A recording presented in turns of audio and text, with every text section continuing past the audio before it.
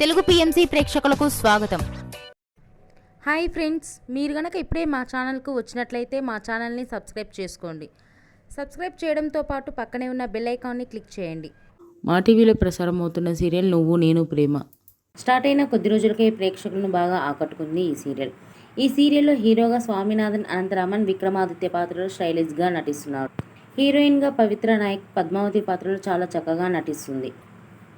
తాజాగా పద్మావతి తన లేటెస్ట్ వీడియోస్ని అభిమానులతో పంచుకుంది. ఆ వీడియోస్ని మనం కూడా చూసేద్దాం.